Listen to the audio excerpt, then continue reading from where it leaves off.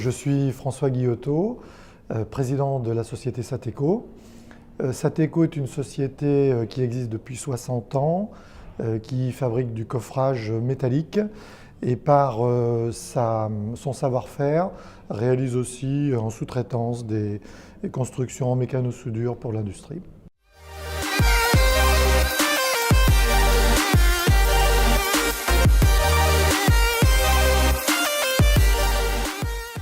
Dans le cadre de nos développements d'innovation, puisque depuis 2009 nous avons déposé 60 brevets dans le cadre de nos recherches, nous avons été amenés dans le cadre de la recherche pour trouver de la sécurité sur les chantiers et puis bien sûr améliorer les conditions de travail, à aboutir sur cette recherche qui est l'inclinomètre. Donc l'inclinomètre, c'est tout simplement un fil à plomb électronique qui vient se plugger sur la banche, qui permet par 3 petits voyants de voir exactement où se situe la banche, dans quelle plage se situe la banche. Donc vous avez le voyant vert qui est le voyant là où on est à 0 au niveau du degré d'inclinaison de la banche, donc on est à l'aplomb.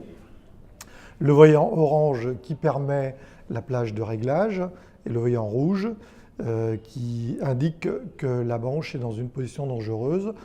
Donc là, soit on ne la détachera pas de la grue, soit on prendra des précautions pour la ramener dans la plage orange. Voilà.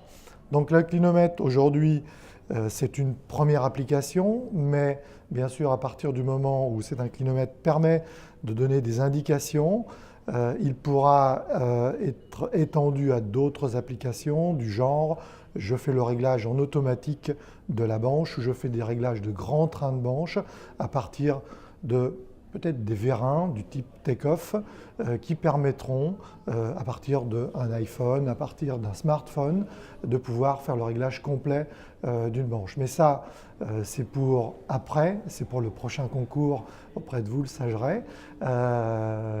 Mais certainement, si vous venez nous découvrir à Intermat, vous verrez cette application sur un teaser. Voilà.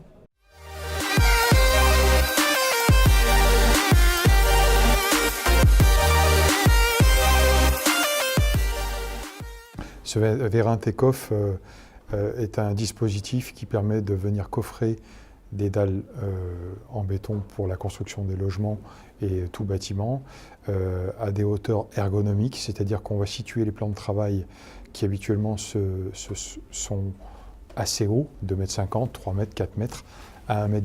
C'est-à-dire que les opérateurs vont pouvoir construire des plateformes de coffrage complètes à 1,10 m et ensuite, grâce à ces vérins qui sont interconnectés entre eux, si vous voulez, on va pouvoir faire grimper la plateforme de coffrage à la hauteur désirée de construction de la dalle.